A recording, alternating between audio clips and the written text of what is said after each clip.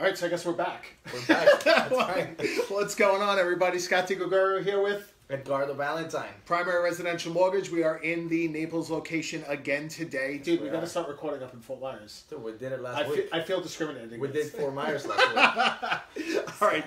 So, look, I'm stoked, man. So we are going to talk about, we've had a technology for a while, and frankly, we haven't discussed it, but man, I am stoked. Well, I'm psyched about I think we've been using it enough now that we're comfortable telling everybody. Bugs are worked out and all that, That's right. all that crap. So, all right, so look, so check it out. We have a new online application process, and let me just give you a little personal background. For years, the paperwork application process was antiquated, right? And we had to ask for all this stuff and drive borrowers nuts with all this paperwork. And then furthermore, the mortgage industry, for the most part, the main way of getting documentation back and forth between customers to us is email. And that's just not secure. Right. It's just not. And look, regulatory agencies were kind of wreaking havoc on us. So we launched a technology. It's an online application process. Mine can be accessed at floridaloanapp.com. Mine is at swflloanapp.com. So those are our sites. And here's what's exciting to me. Okay, first of all, the borrower gets to fill out the form. Okay, right. And the thing that's cool is this: when the borrower fills out an address, it automatically checks public records to see if they own it. That's right. It could automatically access property tax records. When the client fills in their credentials, it'll automatically pull in bank statements. Mm-hmm. It'll scan the bank statements for large deposits. It'll scan the bank statements for fixed income, Social Security, pension, etc.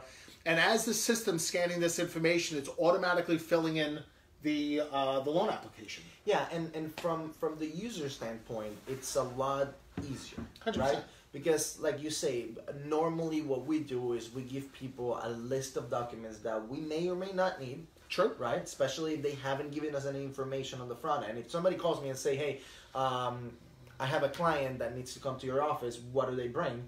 We have a big list of documents that we're guessing, right? We're estimating, where this application is asking them to upload exactly the documents that they need for their specific situation. Right. To the point where, like large deposits, for example, if they have a large cash deposit in their bank account or a large check deposit in their bank account, this system is going to ask them to please explain that large deposit. And that just makes the process so much easier, because once we receive that application, we can get them qualified in a matter of minutes. Absolutely. And we also have all of the pieces of the puzzle. Now, look, what's critical, right? And I want to talk about a couple of things, because I think we should talk about the video conferencing that we're doing as well. Sure. So what's critical to us is this, right? As we switch over into this digital format, we need to make sure that we are maintaining the personal communication, the hand-holding, the coaching, the tours, all the stuff that we do with our clients. Right. So this is not a mechanism where, here, do it all electronically, good luck. This is, hey, fill in the information, and then we're gonna call and go through everything and make sure we have our I's dotted and T's crossed. Well, and the reason it's beneficial for the consumer to do it that way is because it's more secure. Of course. It's going to be much faster and easier. Mm-hmm. And we're going to avoid that, those situations where they give us some information and then they forget to put something, or they forget to mention that there might be a large deposit here, or they forget to mention that there's whatever it is, taxes in the property that they have, where the system is going to automatically prompt them to add all those things. Absolutely, and not to mention, so a couple of the things that are really cool. First off, as far as the documents needed, like you said, the list is automatically made. What's really cool is the way borrowers can send us those documents, yes. right? Finally, for the love of all things good in life, they can take photographs of their documents and upload them. They can do the whole application on their phone if they want to. Absolutely. And yeah, like you say, just take pictures and that's it. It's that easy. And the other thing that's cool with this is that the borrower and us can have access to the same document portal. So if they upload something and half the page gets cut off, right? Sometimes the borrower's like, what the heck, you've already sent that to me. That whole thing. Now, hey, log on. You can see what I'm talking about. Oh, yeah, that did cut off. Let me take a new picture. Yeah, and not just for the documents themselves, but if they get stuck in a question, or if there's something that they don't know how to fill out, we can log in and see exactly where they're at Absolutely. in the application. Not just that, but we can do what's called a co-piloting the application, and it's pretty much taking over and finish the application for them while we're on the phone with them. Mm-hmm. So this is not for somebody that has to be technologically savvy. This could be for anybody. To the point where, like I was saying, we can use it. We can fill in the application for them, and we just use it for them to upload documents. As opposed to the email and all the security concerns Correct. with that. And enabling them to take photographs versus, Scott, I don't have a scanner, my tax returns are really thick, Exactly. whatever. It is a great way of blending old school hand-holding with new school technology. Yes. Now, interesting, I had one applicant this week, 73 years old, absolutely refused to do it through anything other than some sort of a secure portal. Right. In the financial services industry, he said there's literally no way I'm emailing documents. By the same token, I met with a 20-something-year-old couple yesterday who said, I want nothing to do with the technology, Scott. Let's get together and just meet old school. Right, and that's absolutely fine. But of course, right? Of course. But now we have the option to give that person that doesn't really have the time or doesn't really want to meet in person to be able to fill out a secured application. Right. And that's what it's all about, is to give the clients the option to do things the way they feel comfortable doing it. Yeah, look, we're both Gary Vee freaks. I don't know if anybody follows Gary Vee, but look, Gary Vee talks about removing friction at every possible stage of the process. And we're finally at a point now, and frankly, we're one of the few companies that offers something like this. I may be wrong. I think 2, 3, 5 years from now, this is how all loan apps are done. But for now, we're on the cutting edge of this, and it's exciting to be able to blend old school and new school technology. The feedback from customers has been phenomenal. Yeah. The other thing that's really cool is any documents outstanding, the system will automatically remind the client, hey, we still need A, B, and C. Right. So it just streamlines the process, and it gets everybody on the same platform, and the security is top notch, and that's just necessary. And I love it because it allows me to have a conversation with somebody today. Let's say today is Friday, and they want to get under contract tomorrow. They want to get under contract tonight, right? But they're working all day. They don't have the ability to talk to me until 8 p.m., 9 p.m. at night. Absolutely. And, even though I'm available for people at any time, sometimes I'm not. Sometimes I'm out for a dinner with my wife. Sometimes they're doing something that's not to live it. Yeah, God forbid you have a life. How dare you? Well, they can jump into this application at any time, and then first thing in the morning when I log in, I have a complete application with documents, with everything, where I can send a real qualification, a real pre-approval for that client. Absolutely, and it's just where we need to go. And look, more and more people want the option of sitting with their tablet on their couch at 11 o'clock at night with a glass of wine, filling out their loan application. That's right. And, I'm a face-to-face guy. I like meeting with people. I like looking in their eyes. But let's face it, life is busy, and that's just not... that. What I want doesn't matter. What do they want? That's right. And this opens that. And look, once I shared this with a client, and I got a little bit of a pushback, not from the client, but from the realtor that sent me that client, from my realtor partner. And understandably so. Completely my fault for not going and explaining to him how I was going to do this process. We're learning. We were learning, yeah. So I asked him to go ahead and complete the application himself.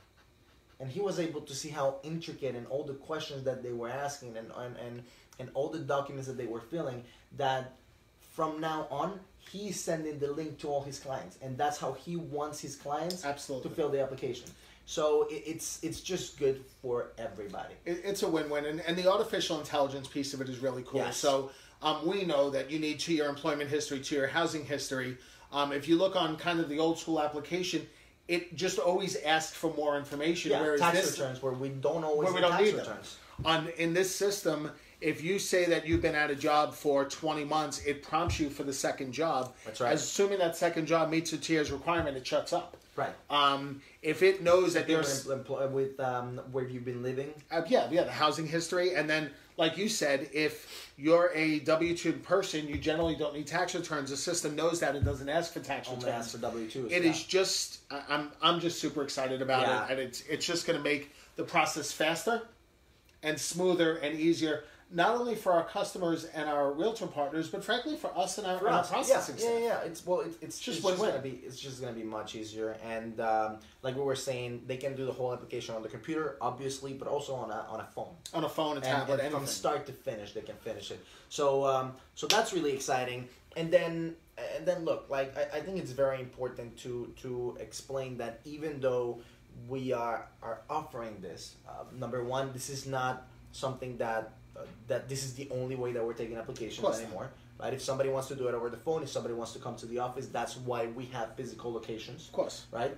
And then number two, I think it's very important that the clients not only feel like the process with me is easy and efficient, but that they feel very comfortable with me. Because it's a very emotional transaction.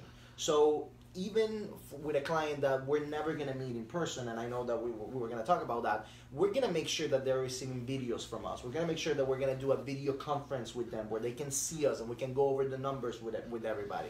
Because that's so important. And I don't want to be just a link for my clients. Of course. I want to be that advisor, and I want them to feel like they know me the same way that I know them. Look, I had a perfect example yesterday. I met with a couple yesterday, great couple.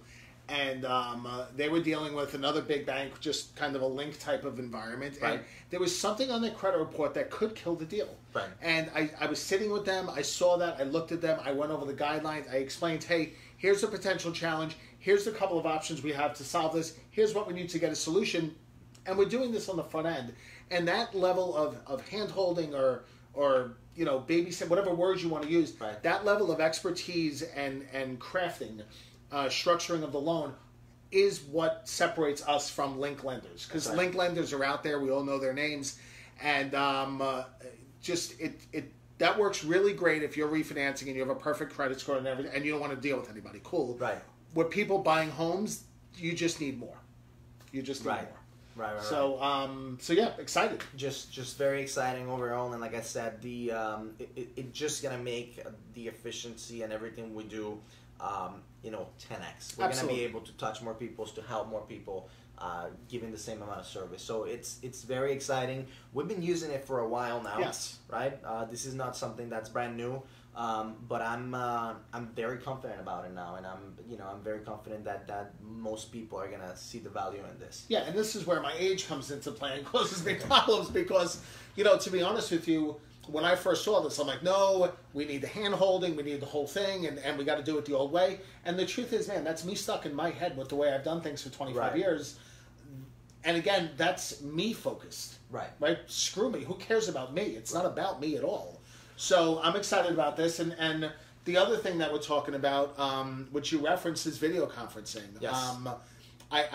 We have strategy sessions, and strategy sessions are where we really go over everything you need to know about buying properties, right? Taxes, insurance, needs versus wants. Like, yes, we go over numbers, but I'm sorry, it's everything you don't know that you need to know about buying properties. Yeah, right? What's that? Unconsciously incompetent? You don't know that you don't know it? Exactly. So, yeah, I mean, the drive-through lenders, right? Hey, you want your payment to be this? You qualify for $250, go shopping. That's it. Go. Versus taxes, insurance, flood insurance, needs versus wants. Condo, single-family home. Two-story home versus single-family, single-story home, insurance remedy, all of that. So, flood insurance. I mean, there's just so much. So, at those strategy sessions, which historically I've only had with my local clients, right? Because my other clients I don't meet and they're up north or whatever. Sure. We're now bringing video conferencing. I realize this isn't new technology, but we have some new platforms where we could really go over equity analysis and equity growth charts. We could go over buy versus rent. We could go over cost of waiting. We can share the screens, share exactly the things that we're looking at. So it's a lot better than just doing this over the phone, because they can actually see what we're talking about. And at the end of the day, make sure that, one, they're convinced that what they're doing is the right decision for them. 100%. And number two, understand what they're signing. Yeah. So look, we have 3 stages. We have the strategy session on the front end. Okay, we have the full loan application after you go into contract, and then you have signing, right? On all 3 of those options now, we have both an old school, let's get together, meet option, and a digital option. And I am super excited about what that's going to mean to our business moving forward. And anything in between. You want us to mail you the documents, you want us to fax us the documents, exactly. you want us to email you the documents, that's fine. but we have all the options for you. You see, now, unlike you, I remember when fax machines were invented, okay? Whereas you probably don't even know anybody who uses one. So my mom was selling copiers 100 years ago, and I remember she came home one day and she said, guys, I have this, I saw the most amazing machine today. It's this machine where you put in a piece of paper, and a copy of that piece of paper comes out of another machine anywhere in the world in a couple of minutes. Right. And I was like, wow, that's amazing. What is it called? She goes, it's called a facsimile. And and now we fast forward, and they're practically extinct. But if somebody actually has a fax machine, we can fax the documents. So that's really exciting. It is. I think it is indeed. I think this is gonna help a lot of people, and it's gonna give us allow us to give that personal touch to people that we might not be able to, simply because they, like you say, they're not local. Right. And also probably let everybody know we got a trip coming up. Yes, right? Going to Utah? We're going to Utah. Yes, in winter. Yeah. Poor timing. We will freeze to death. Yeah. But look, I'm cool, man. So we got invited out to our corporate office. We're going out there. We're going to learn about a lot of new things. These technologies are things we're excited about. We also have a new 100% conventional program that just came out. Yes, we're going to get the full training on that today. I was going to say, webinars, I don't know crap about it. Yeah, so we're going to see. We're going to know all the details. As far as we know, it seems great. It seems like it's a true 100% financing. Yeah. With no mortgage insurance, conventional loan. I mean, it just... we'll definitely talk about this next week. Yeah. Tune in next week, because that's going to be a big thing. And then... Why don't we get to our questions? Yes. So, guys, first off, we got one question. You guys suck. Send us questions, okay? So we got one question. The question is, what do we do if the appraisal comes in below the purchase price? Right. So go ahead. That's it. The deal's dead. You're screwed. That's it. You're done. No. So you have a couple of options, right? What the appraisal means is that as far as the bank is concerned, that's the value of the property, right? So depending on what loan you're doing, each loan is going to have a maximum percentage of that value that you can take from the bank, and then the rest you need to put down from your, out of pocket. So let's say, just to use a round number, let's say on a conventional 3% down, this means that whatever the value is, the bank is going to give you 97% of that value. And the value being the lesser of sales price or appraised value. The lesser of. We're going to talk about that in a second. On both sides, yeah. So if you have a house that the sales price was $120 and it appraised at $100,000, then that means that the bank is only going to give you the 97% based on that $100,000. Right. So what are the options, right? Basically, there's 4 options. 4 options. The client can come up with all the money. Right, the extra money. That's it. The client can say, okay, the bank gives me the 97% and I put the $97,000 in this case, and I put the other $23,000. So the appraisal comes in low by $5,000. The borrower increases his down payment by that exact by $5,000, and we're all good. Everybody's happy. Which that happens to be the option the seller wants. That's every time. All the time. Now, what option does the buyer want? The option that the buyer wants all the time is the seller to say, okay, I'll drop the price to whatever the bank said the price was worth, and that's exactly how they're gonna say it, right? Right. Whatever the bank says. Now obviously it's not like that. We always want those appraisals to appraise, but whatever. So the seller drops the price, and that's what we always try to get. That's step one. That's step one. And then the third step is a compromise. And that's the most common one, right? It's something in between. Yeah. Let's renegotiate. How do we come to terms? Let's go $2,000 over, and you bring those extra $2,000. Or what I see a lot is when houses that have seller concessions, let's say, okay, I'll drop the price, but I don't give you the money that I was going to give you for closing costs. There's, you can negotiate, and that's exactly why having a good realtor makes such a big difference, because that realtor is going to negotiate for you. That realtor is not just to find you the house. Right. You can do that on Zillow, okay? They don't like us to say that, but that's true. The truth. You can find the house on Zillow, but they're going to be able to negotiate and renegotiate that house, because, guys, the cycle, it's, on a short end, it's going to be 20 days. On the long term, it could be up to 60 days sometimes, If you're using the big bucks banks, it's going to be 60 days or more. And there's things that won't happen during that time, where there's inspections, appraisals, anything like that, that the realtor really brings a lot of value to it. Yeah, absolutely. Not to mention insurance estimates, insurance numbers come in higher than expected. Yeah. Everybody has to scramble. There's so much, like a real estate professional, and I'm using that term carefully, a real estate professional earns their commission between the time the contract's signed and the time of closing. Absolutely. Because when they're overcoming those problems, because what I see so many times when these situations come up, people's egos get in the way. Yeah. It's super emotional. Of course, it makes sense. It does. I understand it makes sense. However, this is a business decision, and Right. cool, rational minds will prevail. Right. So, and that's where an agent can provide that cool, rational mind. Right. And then the fourth option, there's no deal. That's it. Everybody moves along. The renegotiations fall apart. In that case, the earnest money deposit, right, the initial deposit generally comes back.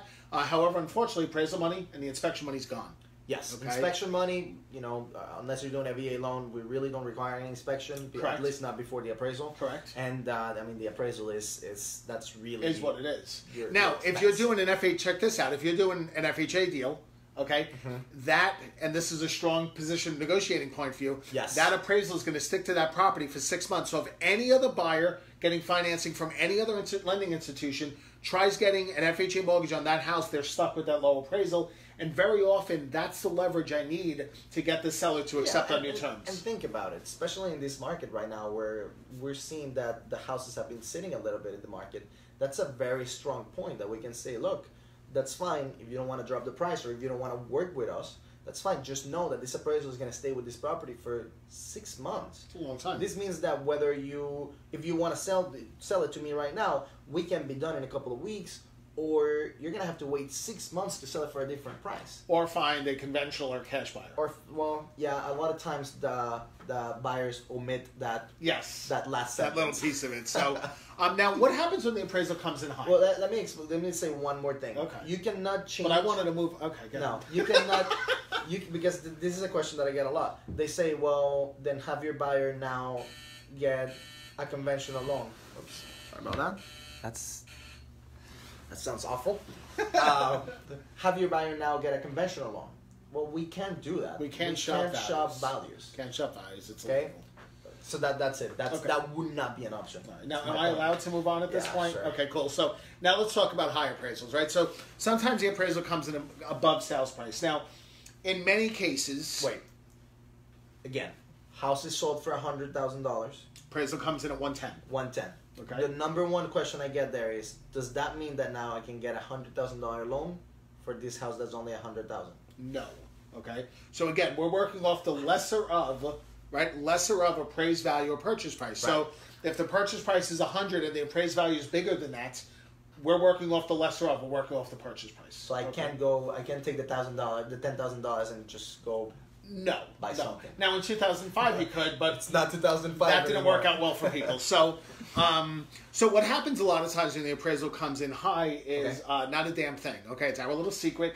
Let's not tell the seller. Let's not tell the listing agent. Not that we're doing anything deceitful. It's literally There's no reason it's none of to their throw business. it in their face. Yeah, I just had an appraisal come in like 30 grand above sales price. Right. Shh. Yeah. So one time years and years ago, a house appraised high. The seller and listing agent found out about it, and man, did they go out of their way to kill that deal, because in their mind, they were leaving money They on the wanted table. to sell it. Yeah. Okay? And again, I can see why people would think Of that. course. And again, guys, I had a couple of appraisals that came in. Actually, one today came in overpriced. And guys, that's another thing that why it's so good to have a good realtor. Yes. The realtor is negotiating a deal where you're walking into this house with equity already. Yeah. I mean, it's That's- just, it doesn't get better than that. and equity over and above your down payment. Yeah. I mean, everybody walks in with Just some equity, but equity, free like equity. free equity. So, yeah, I mean, it makes all the difference in the world. Now, I have had some situations where the borrower is really tight on cash to close. Okay. The house appraised for $5,000 over contract price. So, Okay. house is being sold for $200, appraisal comes in at $205. Okay. This high appraisal now opens up some opportunities for us. Okay, explain. Yeah, so you can, in that situation, as long as there's pure benefit to the borrower, you could then raise the contract sales price from $200 to $205 in my example, and then have the seller pay $5,000 towards closing costs. Okay, so that means that the seller, it's agreeing to bump the price up, but it's giving that money back to Right. So the seller buyer. ends up where they started, And the buyer too, except for that $5,000 their money to close. Now they need to bring $5,000 less to the table. And look, in doing that, there is some risk in letting the seller know it appraised a little bit high. But it's and this goes back again to us sitting down with the client. Let's talk about the pros and cons of the various strategies and figure out the right way to go. Correct. Okay. And we can use those $5,000 to, because that's important too. We cannot use that extra appraised money for the down payment. That is not allowed, but we can use it for all the closing costs. We can use it for the prepaids, and sometimes we can use it even to buy that right down. Absolutely. So I mean, there's I do loans for some people that have plenty of money and it's just a business transaction. Sure. I do loans for plenty of other people that we're literally limping through the front door. Right. So it's nice when it appraises high. It's nice to have that flexibility. Look, I just had one that appraised at 170. The house was for 165, and we did the exact same thing. We bumped the price $5,000, and now she's going in with zero money for closing costs. Just strictly for down payment. Yeah.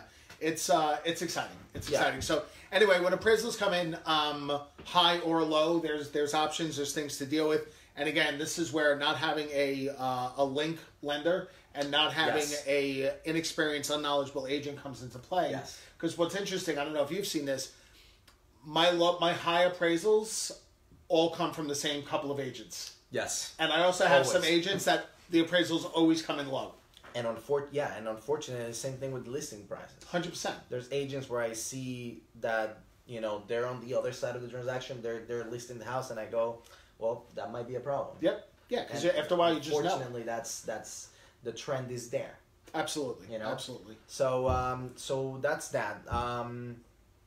I want to talk about my video library still. Yeah. I mean, talk about that. well, actually, let's talk about leads first. Yeah. Okay. So, Okay. all right. So we've been, you know, we talked about this a little bit last on the last video on the last week.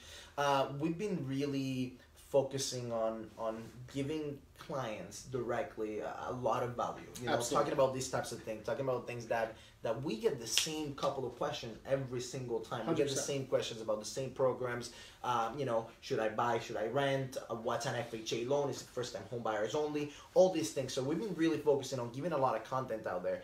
And in return, it's been really nice that we've been getting a lot of leads from that. We've been getting a lot of clients that come directly to us for the loans, and you know, we have a lot of success stories with that, and it's really cool because getting introduced with a client that way, it's very meaningful. Yeah, and look, I admire your I admire how modest you're being with this whole thing.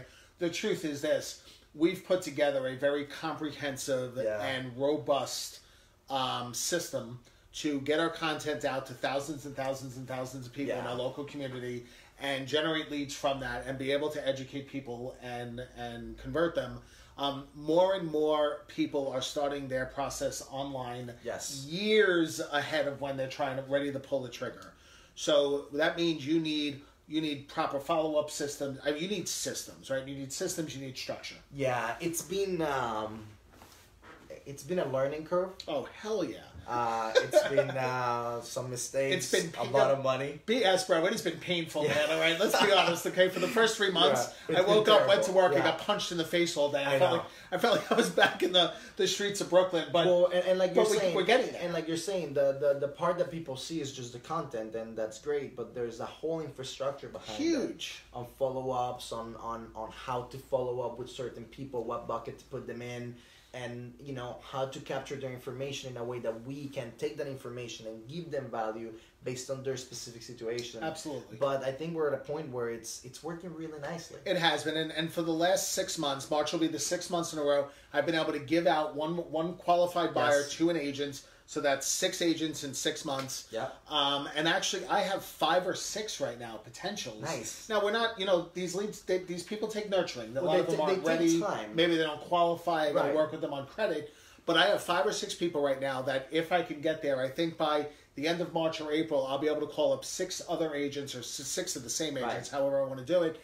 And make sure that the customers are getting proper representation, not only on the lending side, but the real estate side, because there's plenty of crap in both industries out there. I've been able to give 4, well, really 5, but 1 is cash, and I don't count cash. No. Count cash. Our agents love cash. Yeah, but I don't. And listen, if you're an agent, you're watching, and you want us to give you cash buyers, just like reach out to us, and you know, let us know if we're off track.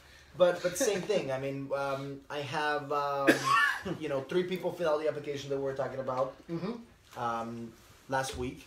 And what's interesting is now the people that are out shopping is the people that were talking to me or that we started having that conversation 3, 4, 5 months ago. And that's the thing with a lot of the people we're talking to. They are 6 months is a common time frame I hear. Which, how great is it that we can connect with them early? Yes. Okay, and start educating them and get them down the path. And then the other thing that I'm adding to this whole infrastructure is I'm starting to add some retargeting. Yes. Okay? And I think retargeting is an important thing where my content can start showing up again and again. Other things, trying to trying to get people kind of more on board and just be able to provide them the education that they need, because that education is just not out there. So I'm stoked about that. Right. Yeah, I'm doing the same thing. I'm doing it in Spanish as well, because even though there's I'm not. Yeah. Even though there's a big void in when it comes to English, there's an even bigger one when it's in Spanish. Oh, I'm sure. So it was great to start all of this in English and to put the infrastructure together, and now I've been able to start it in Spanish as well. Absolutely. Help and the then community and and we're building as a hub of a lot of this. We're building video libraries. Yes. My video library is FloridaMortgageExpert.com. I have a 9 video series on FHA and 11 video series on VA, and I'm just about ready to pull the trigger on an 11 video series on first-time homebuyers. Nice. When FloridaMortgageExpert.com is built out, I'm going to have in excess of 150 videos, 2 to 3 minutes in length, that cover every topic people could have. I want to send agents there. I want to send customers there. I want to send people I meet online there. I'm really excited about that. And you're doing the same thing on YouTube. Yes, mine is askyourfavoritelender.com, and that goes directly to my YouTube page. I'm doing the exact same thing. The only difference is I'm also doing it in Spanish. Yep. So, same thing. We're dropping the playlist, which is nice, is that if somebody's interested in learning about FHA, they just go to the FHA one and they can see online videos. If somebody's as opposed to scrolling through 30, 40, 70 videos. And we're doing the same thing on Facebook, because Facebook now has the capability of creating playlists. Yes. But it's true that it's a lot more, it's a lot easier on YouTube or in the video library that you have, because they can just look at their profile or the type of loan that they're looking into, and then they'll have, as much as they need to know. 100%. Right? We try to touch every single point. And look, if you're a realtor out there, if you're a client and you watch the video library and you still have a question out there, obviously come to us and let us know. But let us know, because if you have a question, that means that other people have a question too. And we would just make another video on that particular question and add it to the library. This is a process. I think that it's gonna always be growing and evolving. Yeah. It's a big project, but I think moving forward, people are gonna want this education. And frankly, you and I spent some time initially with this, looking for this knowledge, and it's just not out there. It's man. just not out there. So look, check me out. If you want to apply, you can go to FloridaLoanApp.com. That's APP. FloridaLoanApp.com. Check out my video library at FloridaMortgageExpert.com. Yeah, I'm at SouthwestFloridaLoanApp.com, so SWFLLoanApp.com. And for the video library, if you don't want to look it on Facebook, you can go to AskYourFavoriteLender.com, and that's where you're going to find me. All right, so we'll leave it for Utah on Sunday. We will catch you cats next week. Tune in next week, man. We're going to talk about that 100% conventional program. 100% conventional. Stoked. 100% conventional with no mortgage insurance. That's what we're going to be talking about next Friday. All right, man. And send us your questions. Stop slacking on that. You guys don't suck for us. Come on, guys. Talk to you soon.